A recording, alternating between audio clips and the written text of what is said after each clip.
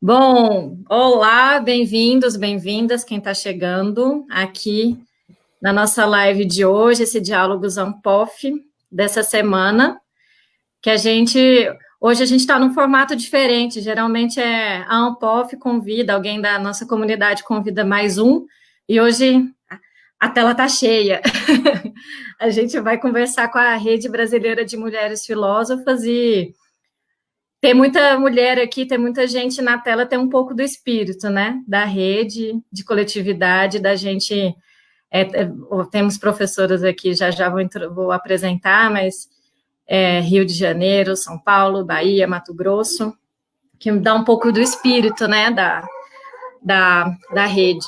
Bom, para quem está chegando, está todo mundo ouvindo direitinho, está nos vendo, enquanto o pessoal vai chegando e vai confirmando, eu queria primeiro agradecer à rede pelo convite, que acabou sendo duplo, né? O convite primeiro para eu mediar, e aí depois ter aceitado o convite da gente trazer essa conversa para o Diálogos Unpof, que é um espaço virtual que... Beleza, obrigada, Carmel, falou que está ouvindo normalmente, que é um espaço que a gente criou nesse tempo de quarentena, né? Para a gente seguir, né? Agora que... já que a filosofia ela é feita nos espaços, no espaço público, discutindo, debatendo, apesar de a gente passar muito tempo na cadeira estudando, escrevendo sozinhos, a gente sabe que não é assim que se faz, né? É no diálogo, é na conversa, e nesse tempo em que a gente não está podendo fazer isso pessoalmente, a gente está com esse espaço do Diálogos Unpof toda semana, que a gente convida, um membro da comunidade filosófica da Unpof convida alguém de fora, ou alguém da própria comunidade para a gente falar de assuntos que interessam não só, né, a nossa comunidade. Então, primeiro a gente teve a Suzana de Castro, que entrevistou o Ailton Krenak,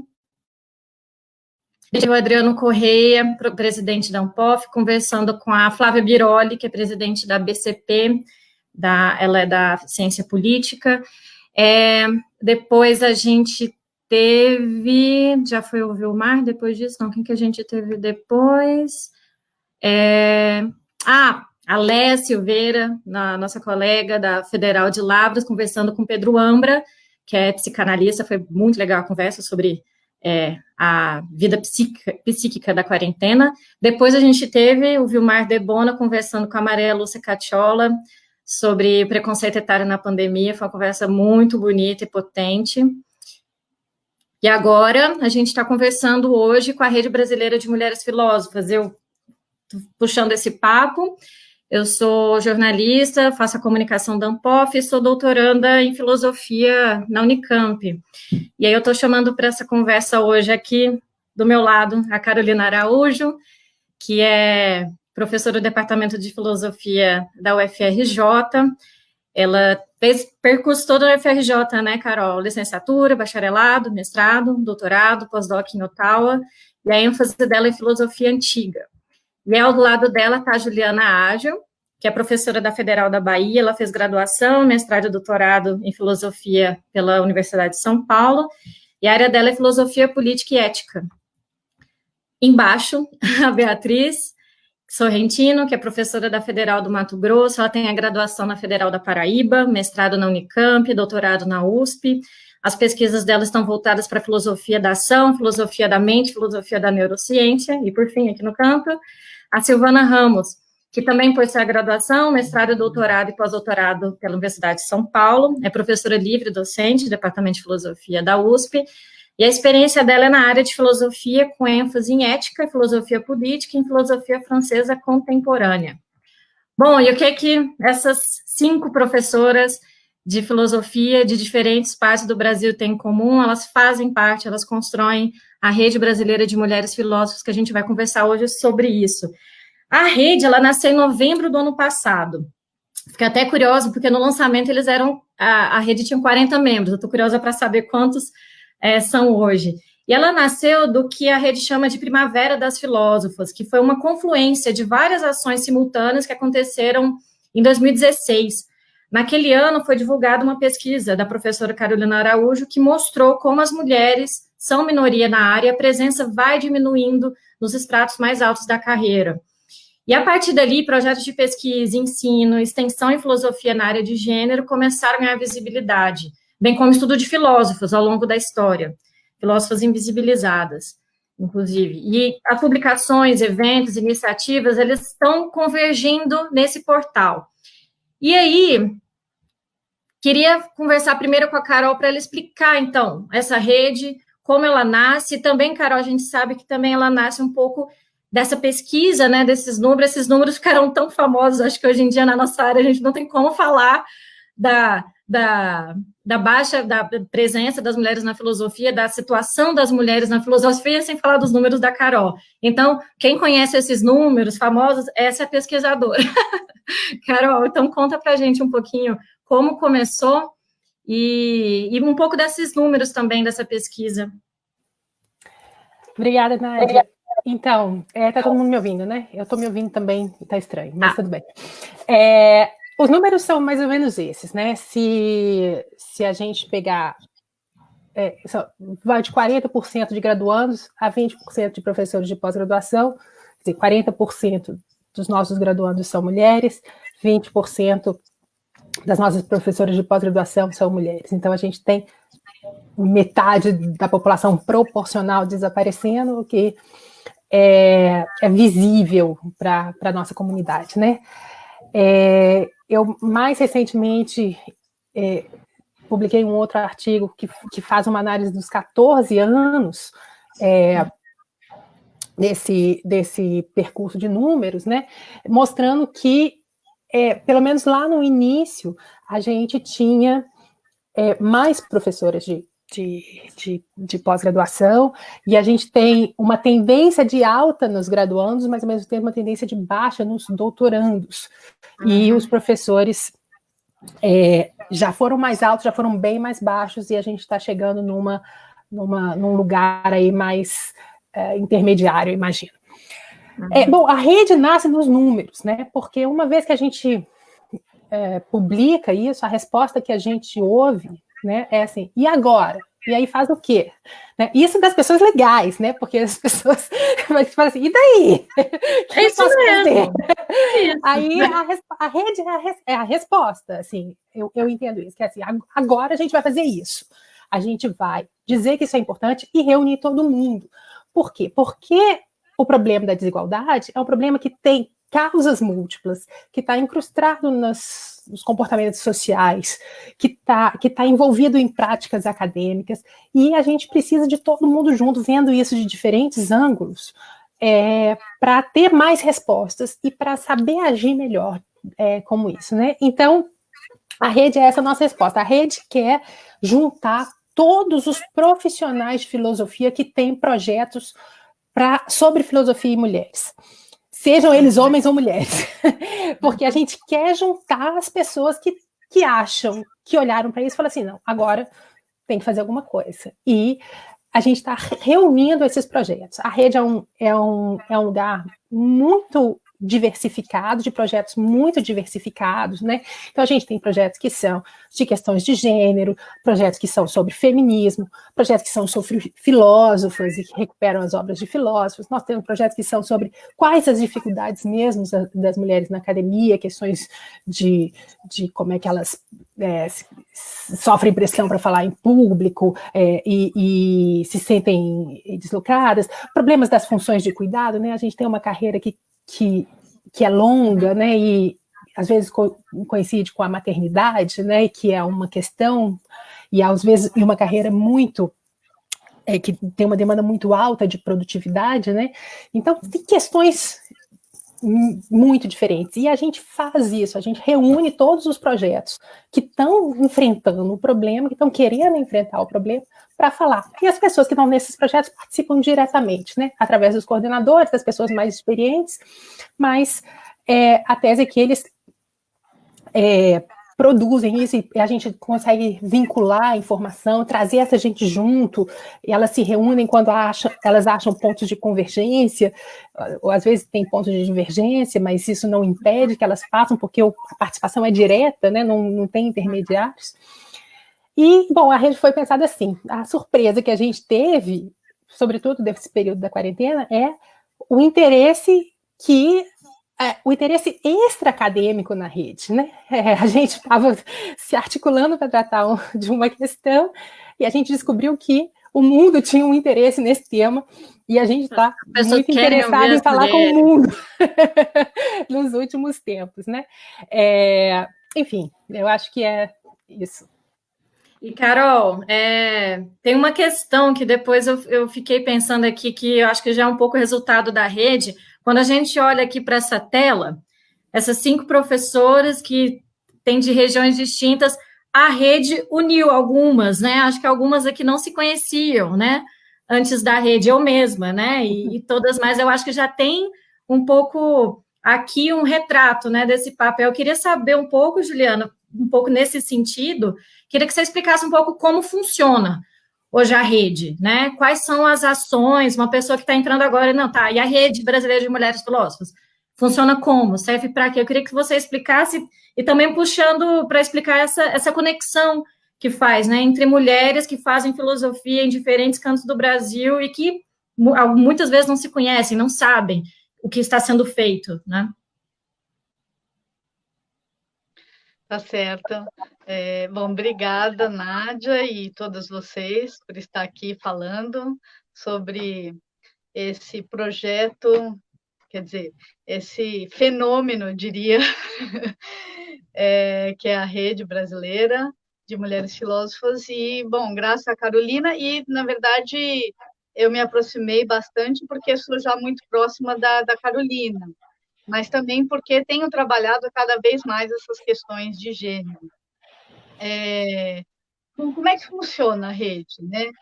A rede, a meu ver, ela é uma rede virtual que conecta de modo horizontal e participativo todas as pesquisadoras que estão engajadas em projetos, como a Carolina falou, que abordam questões em torno das mulheres e a filosofia, esse aspecto bem amplo. Então, diversas questões, como a Carolina falou, desde sobre os feminismos, as lutas contra o patriarcalismo, o colonialismo, o assédio moral e sexual, enfim, a filosofia produzida pelas filósofas e sobre essas filósofas também, e questões de gênero e dificuldade da inserção da mulher na história da filosofia, na pesquisa e na docência no Brasil, etc, etc. Tem temas afins. Então, assim, para mim, a rede, a meu ver, ela tem 3 funções principais, ou 3 papéis, a gente pode colocar assim. Então, o primeiro, a meu ver, é a divulgação dos nossos projetos, dos nossos trabalhos.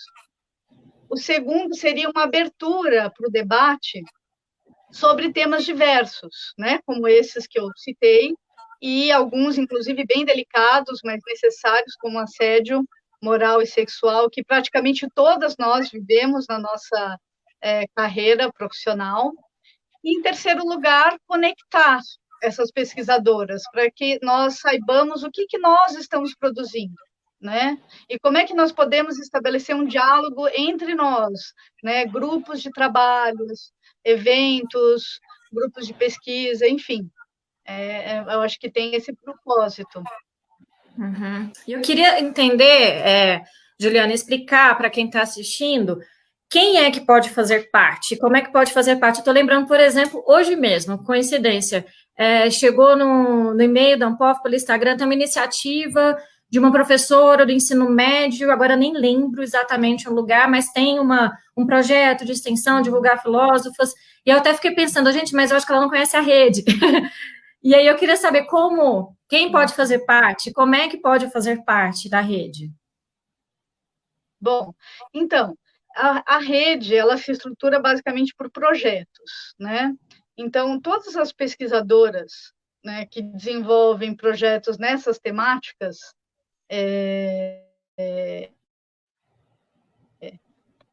podem se tornar seja professora ou professor, mas enfim, a maioria somos mulheres, né? Seja uma professora de filosofia, tanto da rede básica como do ensino superior, ou uma pós-doutoranda. Então, esse é o requisito, né? E ser membro de dessa rede, da rede, significa o quê? Significa divulgar seus projetos, cursos, vídeos, campanhas, participar de fóruns de debate, publicar posts sobre temas diversos, eventos, entrevistas, chamadas para publicação, etc. Bom, debater e modificar as próprias regras da rede. Nesse sentido, a rede ela é bastante horizontal e participativa, como eu falei. Ter uma página do seu projeto no site da rede, e esse site está vinculado ao Facebook, ao Instagram e ao Twitter. Os posts, eles são divulgados em todas essas mídias e estão cada rede não se cadastrar para rede. E um membro, o que precisa? Primeiro, ter um projeto, um tema em torno desse amplo espectro que é filosofia e mulheres. Em segundo lugar, ser professor ou professora de uma instituição de ensino superior ou da rede básica, ou pós-graduanda, né? E, por fim, preencher lá o formulário que está no site, com as informações do projeto. É bem simples, conhecer as regras, não tem segredo. Legal, beleza. Então, quem está ouvindo aí e se encaixa nesse perfil, chega mais, entra lá no site. Eu queria discutir um pouco com vocês agora o pano de fundo, né, que mobiliza a rede e, né, que fez nascer a rede, que nos mobiliza todo dia, que atravessa, né, o cenário do que é ser uma mulher na filosofia hoje no Brasil, e que a gente tem basicamente duas questões: a desigualdade de gênero na área, né, em torno de 20 e poucos %, né, Carol, a presença no mais alto extrato, né, da carreira acadêmica, as professoras de programa de pós, e essa expulsão ao longo, né, da carreira, e também a invisibilidade do trabalho de filósofas, né, das bibliografias de cursos, do cânone de forma geral. E aí eu queria conversar com você, Silvana, um pouco. A Silvana faz parte, né, do GT de Gênero, tem pesquisas também sobre isso, e eu queria que você comentasse, assim, como a gente pode mudar esse cenário, o que seria necessário para que a gente construísse essa paridade de gênero na área, o que seria importante, e também qual a importância da rede nesse sentido, para tentar mudar, né, no esforço de mudar esse número. Bom, em primeiro lugar, boa noite, é uma alegria estar aqui com vocês. Você está me ouvindo agora? Sim? Sim. Boa noite, é uma alegria estar aqui com vocês, discutindo esse assunto. Eu vou começar pela segunda questão, porque eu acho que a rede, ela tem um primeiro resultado, que acho que é uma experiência que todas nós estamos tendo, que é essa possibilidade de interligar as mulheres filósofas e, de repente, a gente descobrir muitos pontos de experiência comum. Então, por exemplo, a gente descobre que passou por muitos elementos de silenciamento, dificuldades, experiência de solidão na carreira, que é o fato, às vezes, de ser a única no seu grupo de pesquisa, de ter que falar sozinha em vários ambientes, de ser objeto de chacota, de descrédito, simplesmente por ser mulher. E muitas vezes a gente carrega essa experiência psicologicamente achando que isso é um problema particular. Sou eu que não sei falar direito, que não tenho talento para isso, que não entendi uma maledicência, e na verdade, sabe? Então você começa a descobrir que existe estruturalmente um ambiente desfavorável para as mulheres na filosofia. Conversar sobre isso e ter outras mulheres, né, que passaram pelas mesmas situações ajuda a visibilizar a existência das mulheres, mas também os problemas pelos quais elas passam, e que muitas vezes são desacreditados até, né? Então, eu acho isso muito importante, isso dá uma força, sabe? Eu acho potente essa interligação entre as mulheres.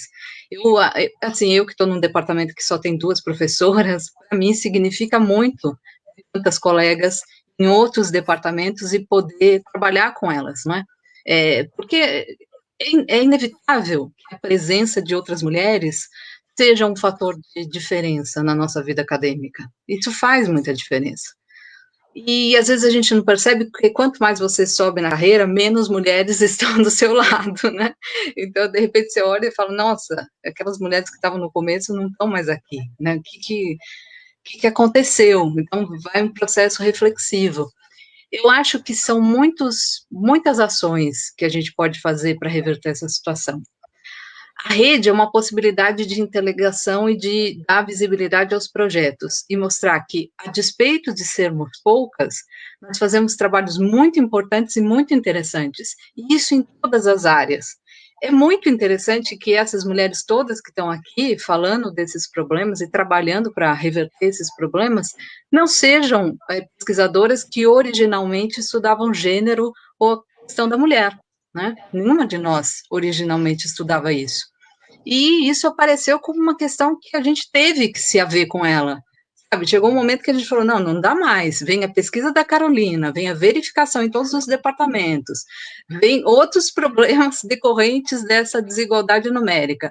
Ou seja, a gente precisa cada vez mais conscientizar as pessoas de que é um problema real, e a gente precisa, eu acho, de ações enérgicas em torno disso. Eu acho que a gente precisa, em todos os departamentos, fazer um esforço enquanto área a dar suporte para as nossas estudantes. Eu acho que esse trabalho deve começar, e isso a rede também está tentando fazer, começar já um diálogo com as estudantes do ensino médio, que elas saibam que existe a filosofia, que filosofia pode ser uma possibilidade interessante para as mulheres, porque já na entrada da graduação a gente tem uma diferença de gênero, entram muito mais homens que mulheres. No meu departamento, às vezes, chega a ser só 25% na entrada. E fica muito complicado você trabalhar com essa diferença tão grande nos próximos passos que vão ser mais difíceis ainda para as mulheres. Então, a gente tem que fazer um esforço para trazê-las para a nossa área, e talvez o trabalho da rede, que transborda só o mundo acadêmico, seja uma possibilidade delas terem um contato maior com a filosofia, e talvez trazê-las para a área, e depois eu acho que a gente tem que fazer um esforço.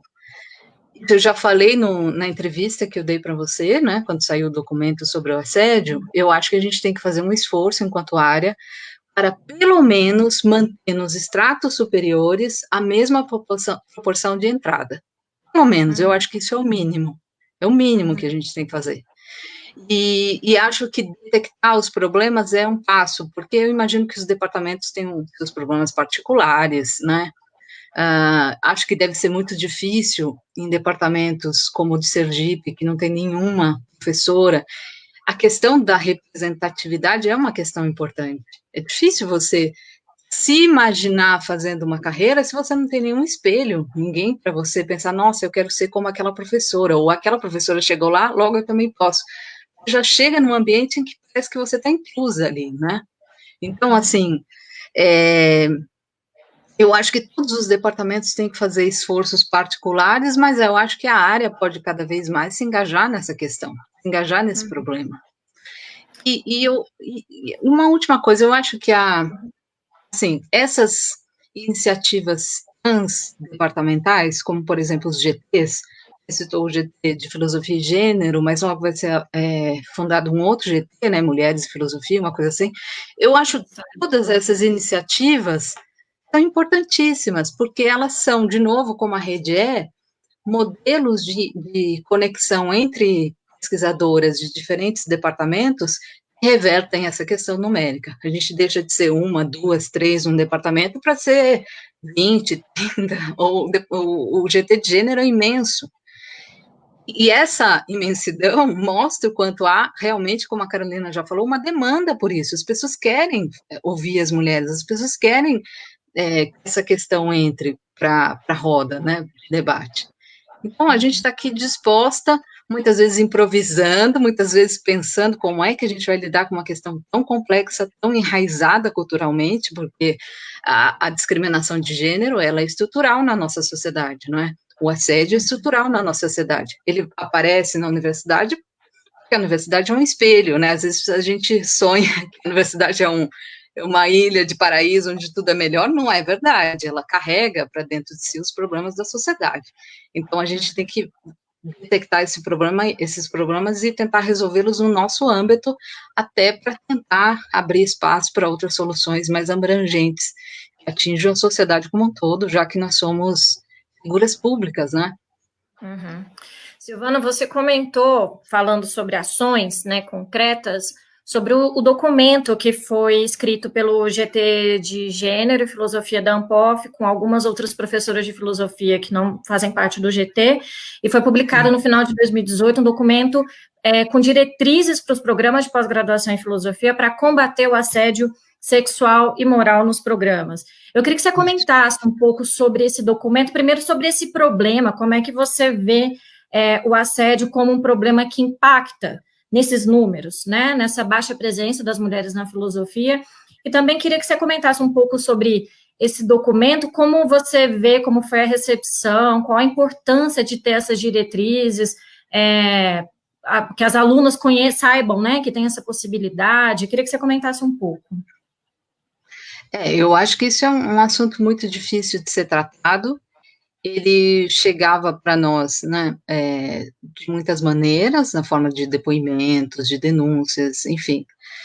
E a gente fez uma reflexão dentro do GT de como a gente poderia fazer uma intervenção sobre esse assunto.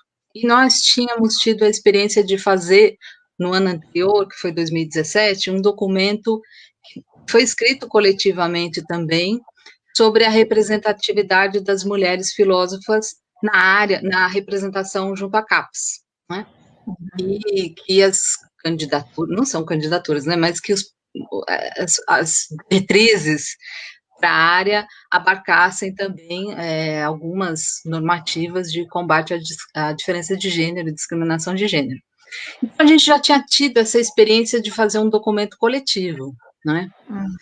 E aí a gente achou que seria interessante fazer de novo um documento coletivo. E aí a gente não só escreveu, também tinha logo a reunião da representação diária, e a gente queria preparar o documento e entregar para essa reunião. Então a gente se reuniu, essa coisa de rede, conversando, foi trazendo várias pessoas, foram mandando elementos, olha, eu acho que isso tem que estar no documento, isso tem que estar... Aí me juntei com algumas outras professoras, falei com a Yara Frateschi e com a Tessa Lacerda, que não são do GT de Filosofia e Gênero, para nos colaborarem também, elas mandaram alguns elementos também, e aí eu e mais algumas professoras fizemos a redação final. Eu acho que, assim, primeiro que eu achei, foi assim foi importante para a gente escrever aquele documento, sabe? Fazer uma pesquisa sobre isso, falar publicamente sobre isso. Foi importante que esse documento tenha chegado até a reunião da CAPES. Todos os representantes de programas de pós-graduação que estavam lá, filosofia, tivessem acolhido e assinado. Então, eu acho que isso é um ponto importante, uma forma de intervenção importante, não só para a questão do assédio, mas para outras questões, né? Outros documentos podem ser feitos nesse sentido. Quanto à recepção, eu achei que a recepção ela foi diversa. Eu recebi testemunho de departamentos que leram conjuntamente com os docentes, os alunos, as alunas, e fizeram uma reflexão sobre isso, e pensaram conjuntamente o que fazer, o que eu acho que é a recepção que eu esperava, que todas nós esperávamos, que fosse acolhido, pensado com a seriedade e a delicadeza que isso exige, né? É uma coisa delicada. Outros departamentos publicaram, publicizaram entre os seus membros, e outros eu não recebi nenhum retorno, não sei o que significa, não sei exatamente se não fizeram, se simplesmente não retornaram qual ação foi feita. Agora, eu acho que Em primeiro lugar, a gente fez o documento continua disponível, está lá na página da Anpov, se alguém quiser ler, se alguém não conhece, eu recomendo que leia, até porque ele tem referência a outros documentos, a pesquisa da Carolina, enfim. Outra coisa que eu acho, então, por um lado, assim, foi importante deixar público isso, né? Por outro lado, eu não sei como que a gente pode, isso é uma questão, a gente deixa, né, no final das diretrizes, um enunciado, a gente termina o documento dizendo que a gente gostaria, na avaliação dos programas de pós-graduação pela CAPES, que os programas apresentem qualitativamente que ações tomaram como prevenção e combate ao assédio moral e sexual, e o que eles conseguiram com isso. Então, eu acho que a gente vai ter, talvez, uma resposta mais elaborada, mais formalmente, e até um resultado documentado do que adveio desse documento, quando a gente tiver a próxima avaliação dos programas de pós-graduação. Né? Eu acho que isso é uma possibilidade. A gente deixou isso até para que isso não ficasse esquecido, sabe? Saiu o documento. Não, a gente quis que aquilo fosse realmente diretriz, a gente estabeleceu algumas formas de identificação do que seja assédio moral e assédio sexual, e deixou uma perspectiva aí que, a partir de agora, os programas de pós-graduação tomem esse problema reflexivamente, né, que eles possam fazer uma autoavaliação de como eles estão lidando com essa questão. É até bom essa live para a gente lembrar desse documento, assim que a gente disponibilizar também esse vídeo no YouTube, eu vou colocar o link lá das diretrizes para, principalmente os coordenadoras de programas de pós que estão nos ouvindo, né, vamos recuperar para quem deixou isso. E eu também queria, falando sobre porque são muitos, até hoje a gente está pensando e repensando quais são todos os problemas que atravessam a nossa área, que levam a essa desigualdade de gênero. Muitos são comuns a outras áreas, né? Outros parecem ser mais específicos da nossa. E aí, falando um pouco de uma questão que é da filosofia, queria saber, Silvana, e também quem mais quiser comentar sobre isso, que tem a ver com o cânone, né? Com a invisibilidade dos trabalhos das filósofas, né?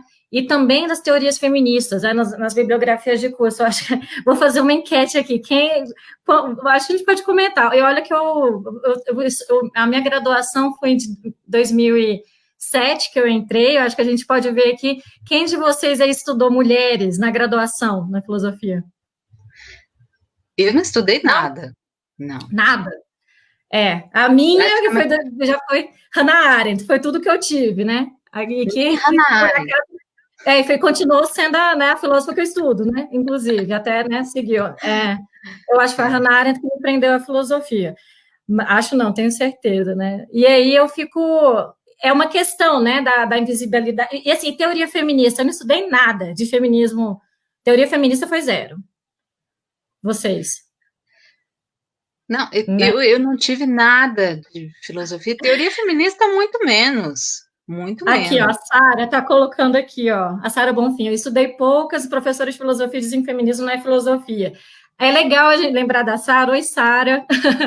Porque a gente fez uma matéria, né, a Anpov com a rede, para a campanha do 8 de março esse ano, que foi bem interessante da gente mostrar como essa invisibilidade dos trabalhos de filósofos e também de teoria feminista atravessa gerações, né?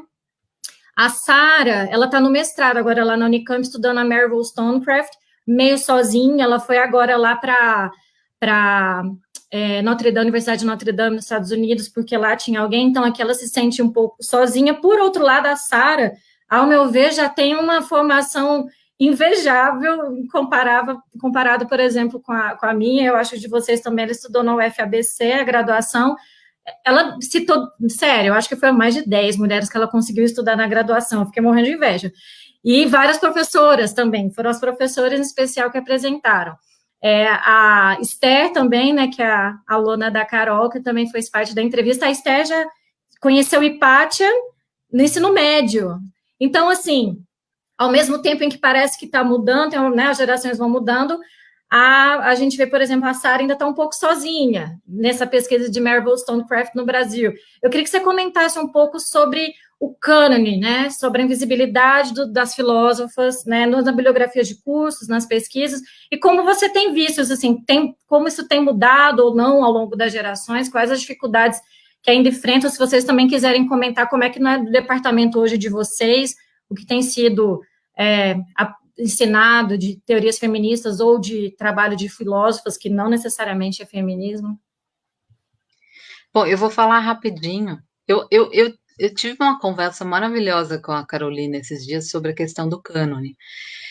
Assim, a gente vai, assim, estabelecimento de cânone é uma coisa muito complexa, que demanda tempo, que demanda pesquisa, estabelecimento de texto, tradução, comentário, estabelecimento da rede de diálogo onde aquele texto se produziu. Então, a gente está numa situação ainda que a gente está abrindo baús, né? E descobrindo coisas. Antes, a gente tinha a impressão, olhando a coleção dos pensadores, que em si mesmo é maravilhosa, mas, assim, só faltam umas mulheres lá, né? Mas a gente tem a impressão de que as mulheres nunca fizeram filosofia, né? Que é uma outra raridade meio louca, que amava Jesus, que você não tinha uma... Tudo bem, gente... Não era filosofia mesmo, né? Que não era. Aí você vai vendo e vai descobrindo, tem na Antiguidade, tem na Idade Média, tem na Patrística, tem no Renascimento muitas autoras. E aí, assim,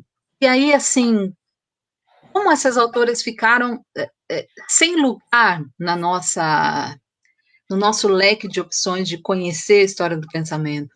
E muitas vezes elas deram contribuições decisivas, sabe? Decisivas. Agora que estou recebendo muito parecer, às vezes eu recebo parecer de uma autora, aí vou ler, aí vou pesquisar para ver se eu posso dar um... Né? Porque não tem ninguém que faz isso, e a gente tem que encarar esse trabalho, né? É muito trabalho, eu preciso dizer isso, é muito trabalho.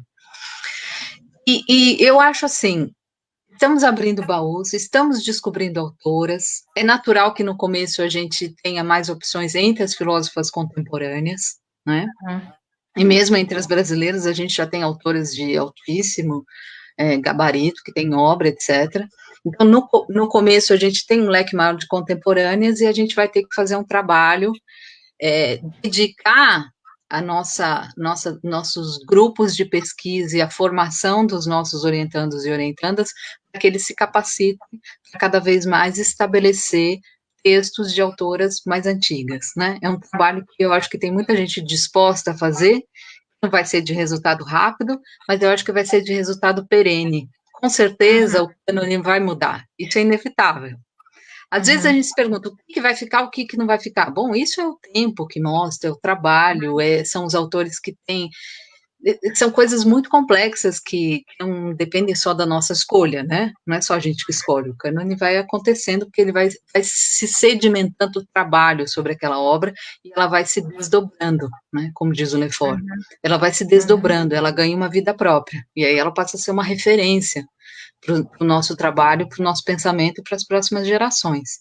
Então, eu acho isso. Agora, em termos concretos, tem uma coisa que eu acho, assim, que, olha, me deixa muito brava. Quando eu olho bancas, eventos, bibliografia de tese, às vezes não tem uma autora. Eu digo assim, não é possível que esse tema não tenha sequer uma pesquisadora que possa ser citada, sabe? Para justificar isso, eu acho que isso é um cuidado que as pessoas têm que tomar. Tem que tomar. Eu acho que não é para colocar, assim, que tem que colocar. Eu conheço muitas autoras de diferentes assuntos, de diferentes épocas, e todas de uma qualidade impecável, sabe? E eu não entendo porque elas não estejam mais presentes nas bibliografias. Eu acho que isso é uma coisa para a gente refletir. E acho incômodo quando eu vejo um evento. Eu vi outro dia que tinha 10 pessoas.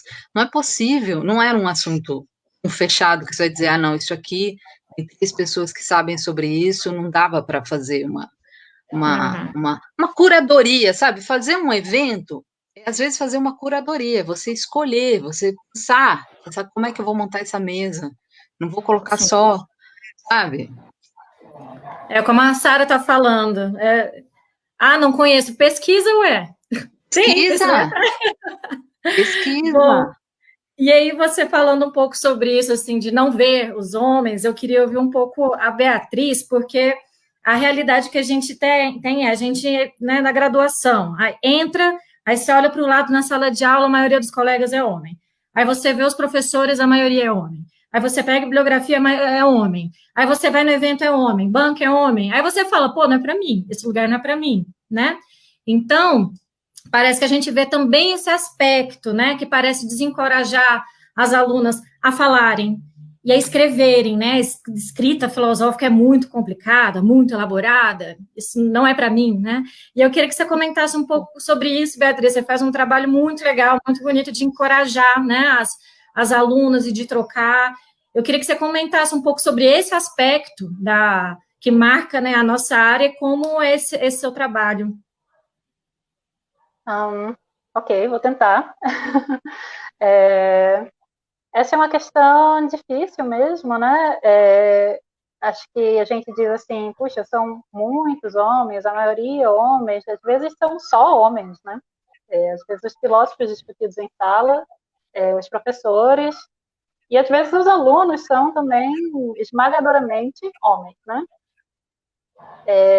Então, é provável que essas questões mesmo que a Silvana levantou, né, elas sejam facilitadas, a existência delas sejam facilitadas justamente por causa dessa presença tão discrepante nos números, né? Então, eu acho que isso pode fazer surgir uma série de problemas que são problemas graves e acho que mais óbvios e que a gente precisa combater fortemente, né? Então, como discriminação aberta mesmo, assédio sexual, tendências, até mesmo tendências implícitas, né, de desvalorização do trabalho das mulheres, quando não passam a palavra para as mulheres, ou quando não se orientam a mulher da mesma maneira que se orientaria um homem. Eu acho que, nesse caso, esse tipo de grupo que a gente tem, por exemplo, aqui, e o grupo que você citou, né, o trabalho com escrita filosófica, que não sou bem eu que faço, né, um grupo, grupos ajudam a gente a lidar com isso, né? Então, ajudam a gente a lidar nos organizando, né, que muitas vezes sozinha é difícil, mas com o grupo a gente tem um apoio e tem a força política para enfrentar esses problemas e para gerar discussão acadêmica, para conscientizar a respeito. Mas há problemas que são mais sutis, que são problemas também para a atuação acadêmica das mulheres. E eu acho que os grupos acadêmicos também podem focar nesses problemas e também podem ajudar a mitigar esses problemas.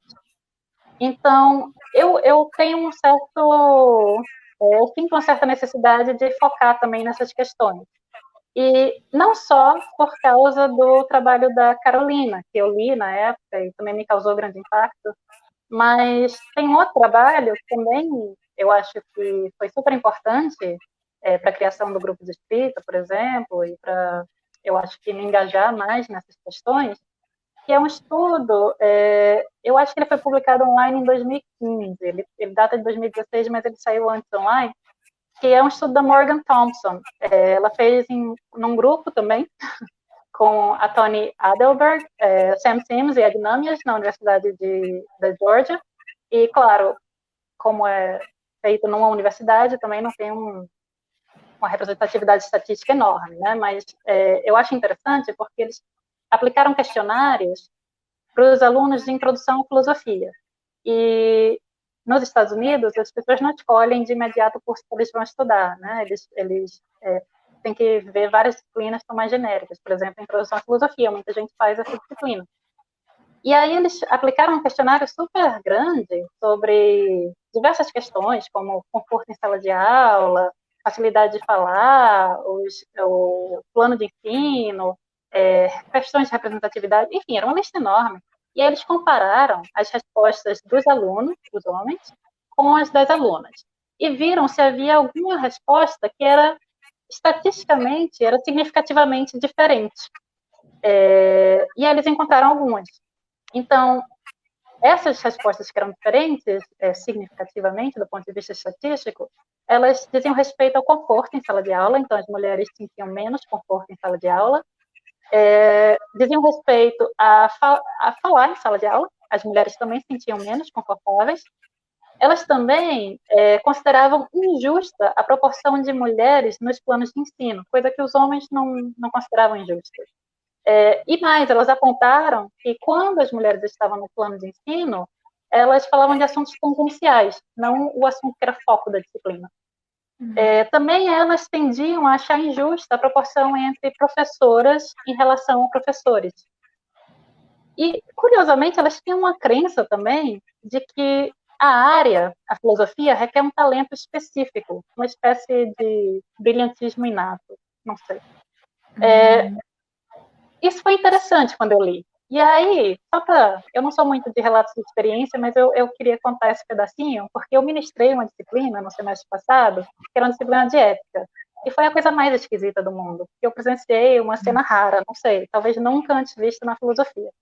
Era uma disciplina que o número de mulheres era esmagadoramente superior ao número de homens. Assim, tinha uma quantidade muito maior de alunas matriculadas do que de alunos. E eu achei muito curioso, porque eu nunca tinha visto isso.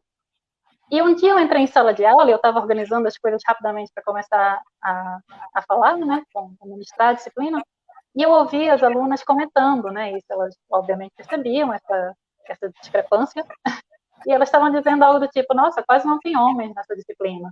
E disseram assim, que bom, melhor assim. Aí eu fiquei pensando, né, puxa, mas que bom que melhor, né? O que é tão melhor assim nesse ambiente?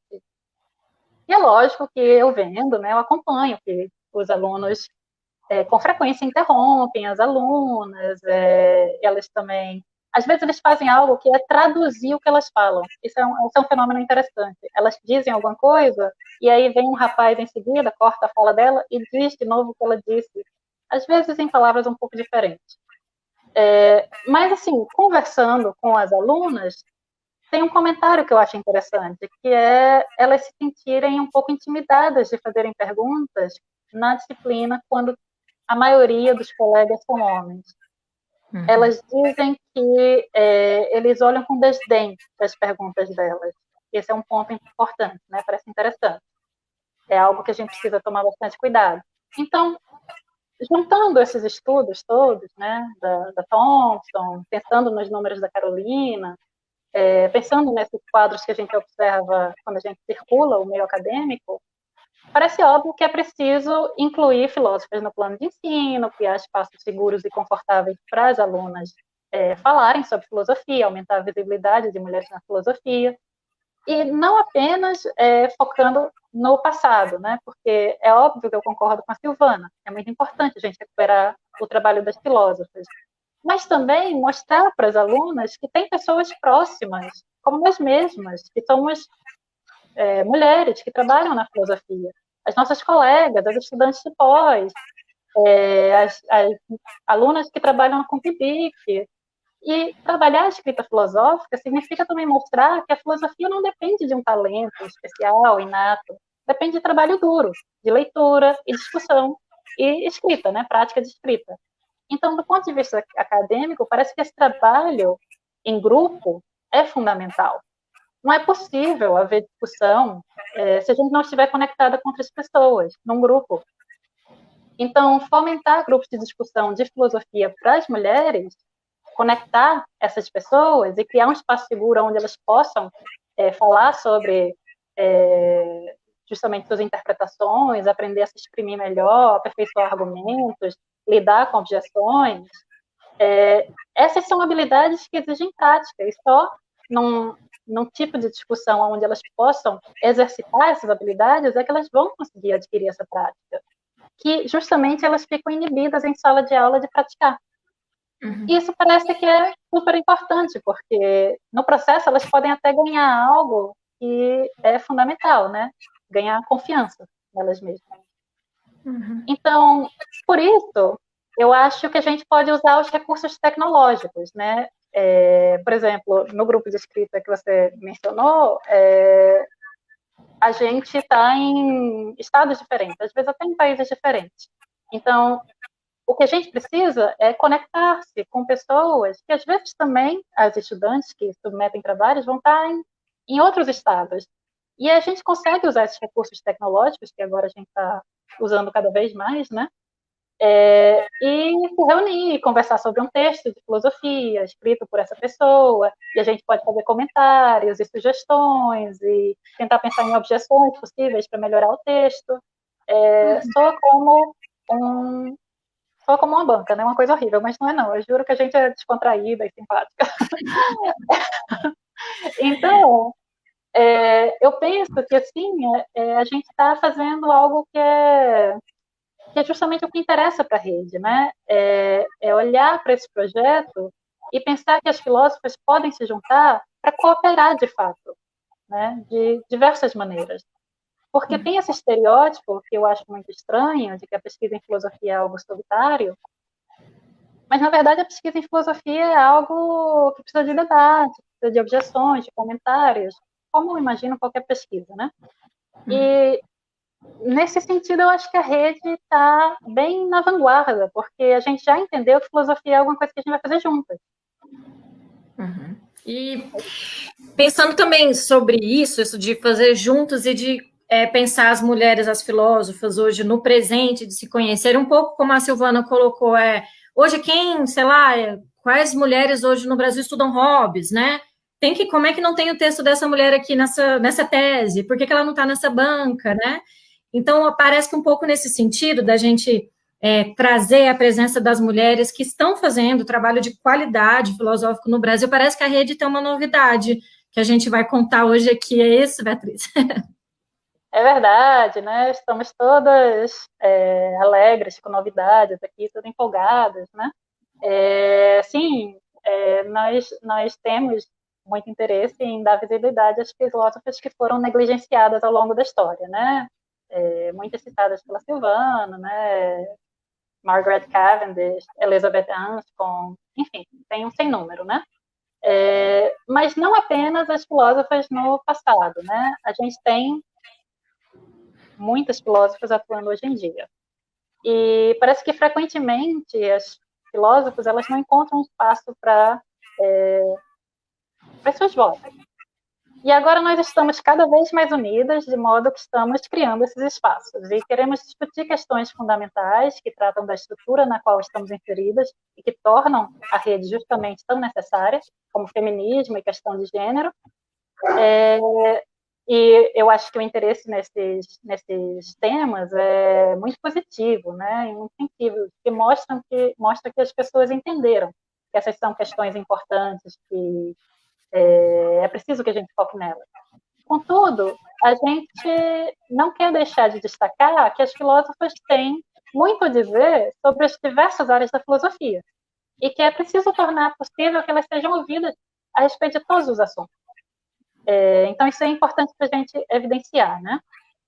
Por essa razão, e talvez por muitas outras, que eu estou esquecendo de comentar, a rede está lançando uma nova coluna, que vai ser uma coluna periódica, chamada Em Curso, que é destinada justamente às pesquisadoras de pós-graduação em filosofia que queiram divulgar suas pesquisas que estão em curso.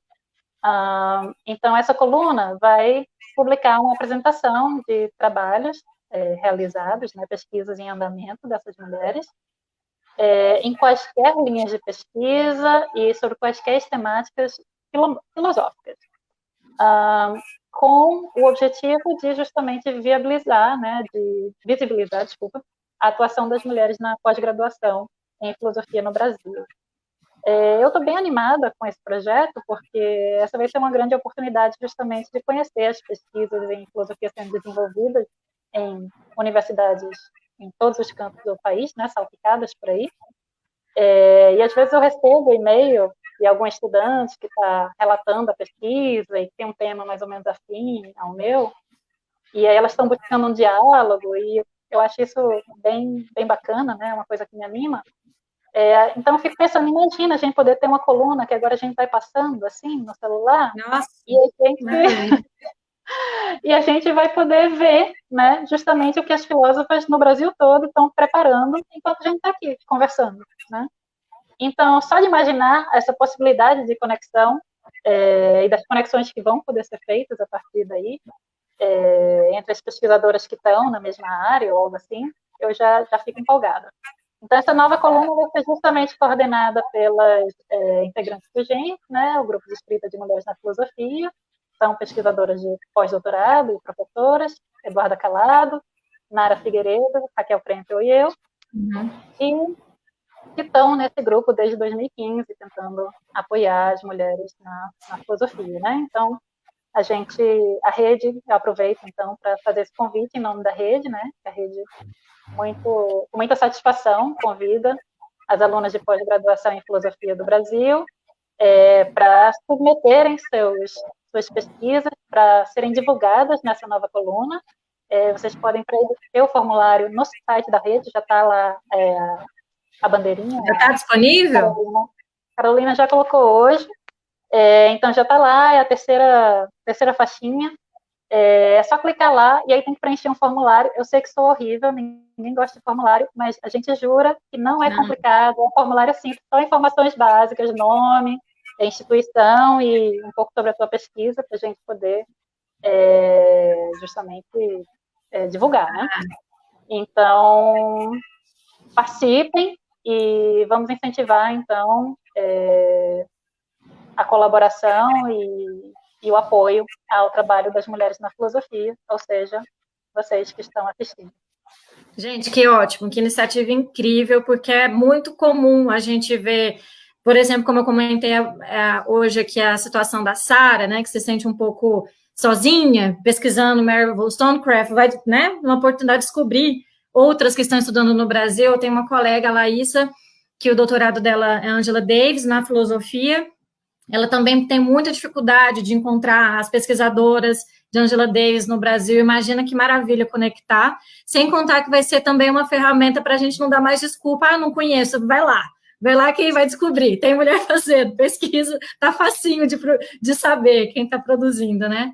Gente, eu queria agradecer muito, e aí para a gente ir concluindo, temos um tempinho ainda, eu queria ouvir um pouquinho cada uma de vocês. Primeiro, estou meio impressionada que quando eu fui dar uma olhada assim para a gente pensar a conversa, gente, a rede tem 6 meses, isso é incrível que tem 6 meses, já está nesse tamanho, tantas coisas acontecendo, é tão potente esse trabalho, então eu queria que vocês comentassem um pouco para onde vocês querem que a rede vá, né? Onde chegar com isso e talvez fazer algum convite para quem está nos assistindo, professores também, pesquisadores, homens, né? A gente sabe que não vamos sozinhas, né? Também para que vocês queriam dizer. E eu queria muito, não está no nosso roteiro, mas, gente, alguém precisa comentar sobre isso, porque eu fiquei tão impressionada. O que foi esse fenômeno dos cursos online das pensadoras, gente? O que foi isso? Incrível, encerrou uma turma, encerrou 2 em 48 horas, encerrou 3, uma busca até os cursos que, aquele primeiro que é totalmente gratuito, e mesmo esse pago, e aí deixando bem claro os recursos todos para uma comunidade no Médio Amazonas, né, que é um curso que está coordenado pela professora Rita?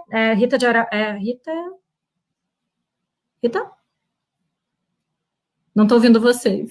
Rita Machado. Queria abrir um parênteses para agradecer a parceria da Rita Machado. Isso, é importante colocar, porque todos esses recursos vão para as mulheres de uma comunidade indígena de lá, do Médio Amazonas, e que coisa incrível que foram esses cursos. Alguém, pelo amor de Deus, comenta esse fenômeno, falando sobre o que é a rede e para onde está indo. E é isso, tá aí com vocês. Se quiser, Carolina, vamos fazer nessa ordem aqui, Carolina, Juliana, Silvana, Beatriz, pode ser? Bom, eu sou essa de que acho que a rede está indo para todos os lugares.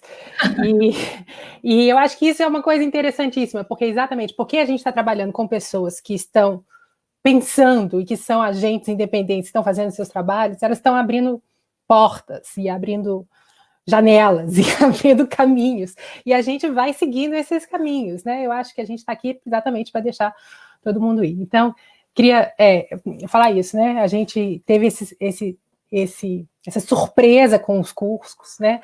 A gente vinha vendo que toda vez que tinha um anúncio de curso, alguma coisa assim, tinha mais repercussão.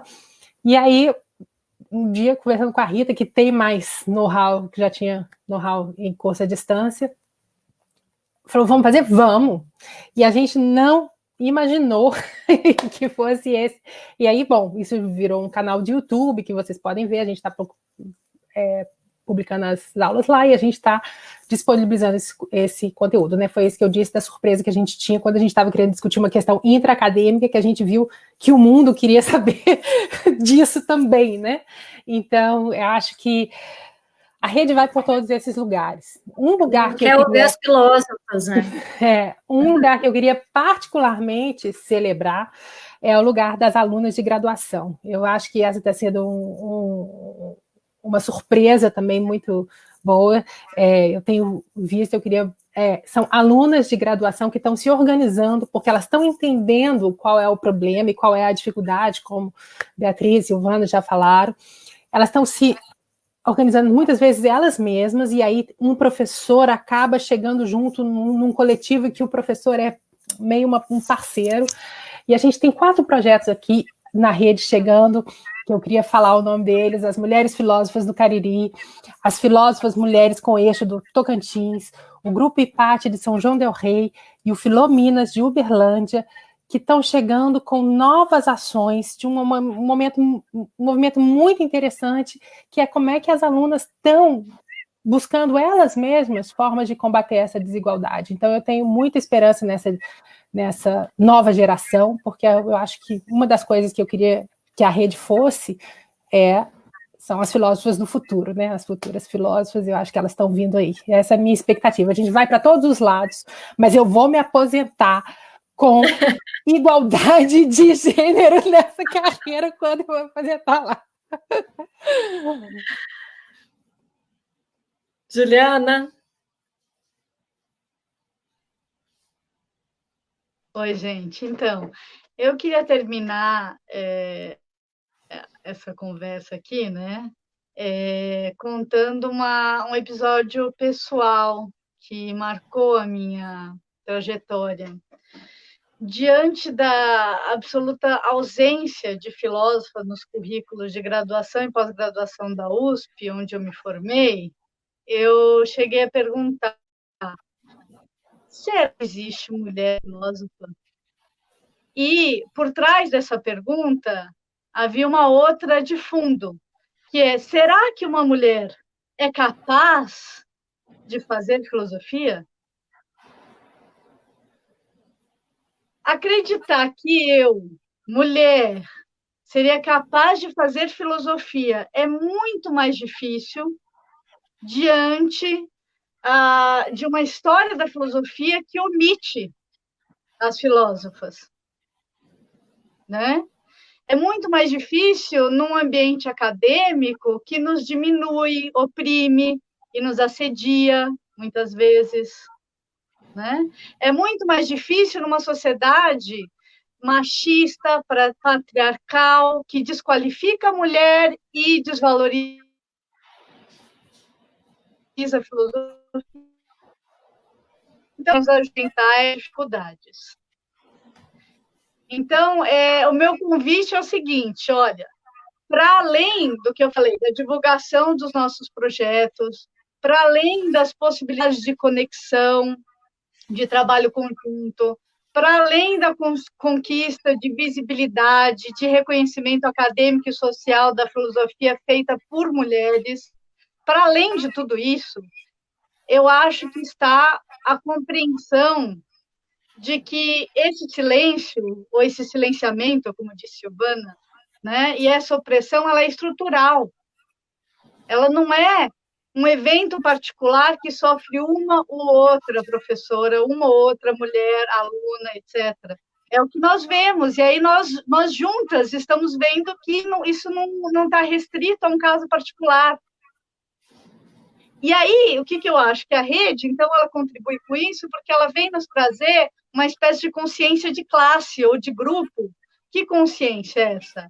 a consciência de que nós, mulheres filósofas, encontramos em nós mesmas força e coragem para nos expormos mais e produzirmos filosofia com mais audácia, com mais liberdade.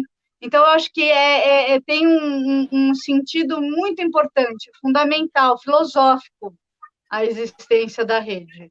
Então, venha fazer parte, claro, venham todas e todos.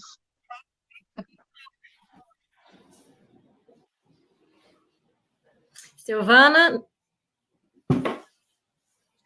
Ai, depois de ouvir tanta coisa linda, é até difícil falar, fiquei até meio emocionada, assim. E, enfim, eu acho que todas nós passamos por muita coisa para chegar aqui, não é? E acho que, assim, para mim, é uma alegria tão grande poder estar aqui falando nesse canal, que é um canal da minha área, com essas mulheres, sobre esses assuntos, e, assim, significa tanta coisa. Você passa um filme na sua cabeça, você vê tanta coisa que você ouviu, que você viveu, tanto descrédito, e de repente você vê uma possibilidade de fazer filosofia de outra maneira, reivindicando esse reconhecimento social das mulheres filósofas. Eu acho isso é enorme, eu acho enorme. Então, assim, eu não sei se eu tenho vários projetos na minha cabeça, assim, para experimentar na rede, né? Talvez alguma coisa no canal de YouTube, não sei, são coisas que eu estou formulando, mas acho que mais do que isso, para mim, o que eu quero ter a oportunidade de continuar aprendendo tanta coisa e conhecendo tanta gente interessante, fazendo filosofia e pensando, e desde das coisas pequenas que são importantes, porque nosso dia a dia é delicado, nosso trabalho é artesanal, né? Ele começa com as pequenas palavrinhas, as vírgulas, os mais, né?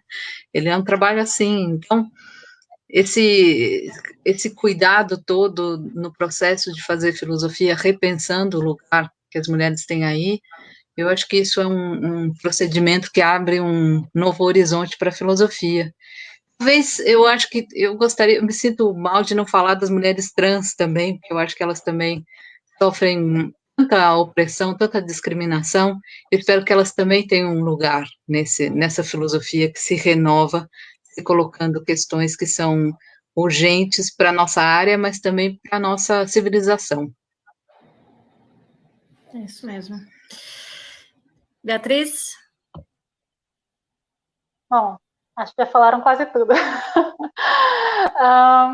Acho que eu posso dizer algo simples, então. Eu gostaria que nós avançássemos, né, com esse projeto de nos conectarmos umas às outras e não só que a gente fosse com o tempo tomando conhecimento das pesquisas umas das outras, mas que a gente também usasse esse conhecimento, né, esse espaço, para construir os debates acerca dos temas filosóficos que nos interessam e que estão próximos às nossas pesquisas, para a gente tirar vantagem de encontrar outras pesquisadoras na área e criar cooperações entre as mulheres na filosofia, né? De modo que a gente debata, que a gente se desafie, que a gente principalmente se apoie, né? Porque é assim que a gente vai fazer com que a gente avance, suponho. Eu acho que a rede, na verdade, já está nesse caminho, porque ela promove bastante engajamento com colunas e fóruns, então nós vamos avançar cada vez mais. O convite, então, é para que nós nos conectemos e cooperemos, simplesmente, que é o que a gente está fazendo. Como disse a Carolina, né? Vai para todos os lados agora. Beleza. Gente, antes da gente encerrar, eu não queria deixar passar que teve muita gente aqui interagindo com a gente, e teve uma questão que eu só queria recuperar. Eu queria agradecer aqui o pessoal que está aqui apoiando, o Vilmar Debona, a Franciele Petri, que eu queria agradecer, que ela é a diretora de comunicação da Ampof, ela faz a produção dessas lives comigo e do podcast da Ampof, da coluna. Bota a mão, como dizem em Goiás, bota a mão no chifre. E Aqui agradecer a Dilma Alvares pela participação. O Felipe falou aqui do TCC dele, algumas filósofas que ele, né, trabalhou, Bell Hooks, Esperança Garcia, Ana Júlia Cooper. A Milena, que também participa, né, já participou do workshop das mulheres na filosofia. O Fabiano Bitten também comentando sobre a invisibilidade. Agradecer a Érico, Renata, Gabriela. E aí tem a Patrícia Mara, ela tinha feito uma pergunta antes sobre formas, né, Patrícia, de combater a desigualdade, ela comentando sobre todos os constrangimentos que sofre na área. Eu acho que a Silvana conseguiu abordar bem. Tem uma questão, talvez a Carol possa responder, que é peraí, deixa eu só encontrar aqui, não estou encontrando aqui o nome. Ele perguntou que ele tem uma sensação que o número de trabalho de mulheres, de filósofas, o número de publicação tem caído nos últimos anos. Alguém sabe comentar sobre isso? Não sei se são sentimentos, se isso é dado, não sei se vocês poderiam comentar sobre isso. Michel, parece-me que a ausência de mulheres em publicações filosóficas tem diminuído nos últimos anos. Qual que é a impressão? Olha, eu não sei, eu não conheço nenhum dado. Porque isso de fato, isso tem questões geográficas e setoriais. Eu não conheço nenhum dado que seja, porque parece que é uma coisa assim global, um dado global. Eu desconheço esses dados, né?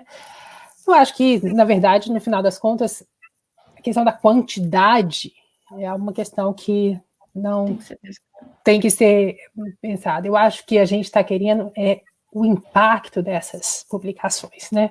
Eu acho que, de uma maneira geral, quando a gente está falando de boas avaliações de filosofia, a gente está falando de trabalhos que tenham impacto, repercussão, e não exatamente que sejam milhões de trabalhos. Então, o que a gente está querendo, acho que essa questão da repercussão é melhor. Eu não sei de dados sobre isso, eu acho que precisava ver que origem é essa. Mas, Michel está corrigindo, eu li a pergunta errada, tem diminuído a ausência, tem aumentado a presença. Michel, olha, só sei de uma coisa, a gente tem trabalhado muito. A gente teve uma informação aqui, quem estava dando, que foi uma informação que alguém estava dando aqui, de que haveria alguns dados sobre o impacto da publicação, de uma maneira geral, da pandemia. Acho que era você que estava falando disso, né? Ou seja, que as revistas as revistas especializadas, não sei quem tem o dado exatamente, estão recebendo o dobro de submissões de homens e a metade das submissões de mulheres que elas costumam receber.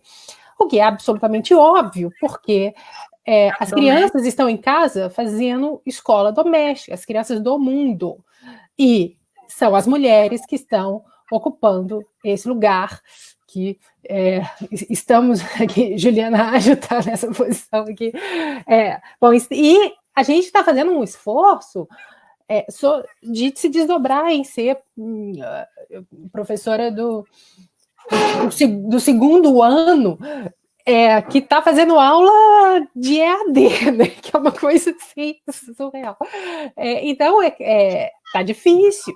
Então, eu acho que a gente precisa, essas agências, essas editoras precisam reconhecer o impacto, o mérito dessa mulher que conseguiu mandar esse artigo nessa situação. Para mim, vale 5 vezes.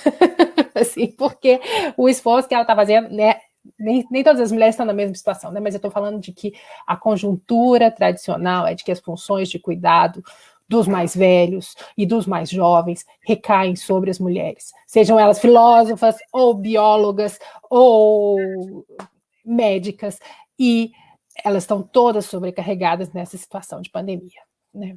Então, já vou fazer o seguinte, eu vou lançar um convite aqui a quem quiser da rede vir fazer um Diálogos Ampof, convidando alguém de outra área para a gente conversar sobre a produção acadêmica durante a pandemia da perspectiva das mulheres, que estão absorvidas pela reprodução social, pelo cuidado doméstico, que, bom, a gente vai ter, a CNPq-CAP já está questionando alguma, né, essa questão da produção na pandemia, e a gente tem que olhar diferente para a produção das mulheres. Fica o convite, tá? A agenda de junho está aberta. Bom, então agradecer mais uma vez, Carolina, Juliana, Silvana, Beatriz, pela participação aqui, e agradecer muito pelo trabalho de vocês, é fundamental. Eu fico emocionada mesmo e muito entusiasmada de saber de todo esse crescimento e de como a coisa realmente tem atingido essa potência toda. E eu queria convidar vocês para o próximo Diálogos Unpof, vai ser bem legal, vai ser na próxima... Semana que vem vai ser numa quarta, por conta da agenda do nosso convidado, vai ser o professor Silvio Carneiro, que também comentou aqui sobre filosofia da educação, ele é professor da Federal do ABC, Departamento de Filosofia lá, ele tem pesquisas em políticas públicas para a educação, e ele vai convidar o Daniel Cara, que é mestre em ciência política, doutor em educação, e ele é coordenador da campanha nacional pelo direito à educação. Então, o tema vai ser quando a emergência é educação. Então, ficam convidados, vai ser na próxima quarta-feira, 27 de março, 19 horas, no Instagram da Unpof. Essa live aqui vai ficar salva aqui no Facebook da Unpof, depois vai para o YouTube da Unpof, da rede também, e fiquem convidados a participar da rede e se juntar, e vamos, que esse debate aqui só comece, vamos seguir a conversa, eu espero que a gente não demore tanto para a gente se encontrar pessoalmente. Obrigada, Nádia. Obrigada a todos. Foi um prazer estar aqui com vocês. Obrigada, tchau, gente. Tchau. Obrigada. Tchau, tchau. Até a próxima. Tchau, tchau. Obrigada. Até.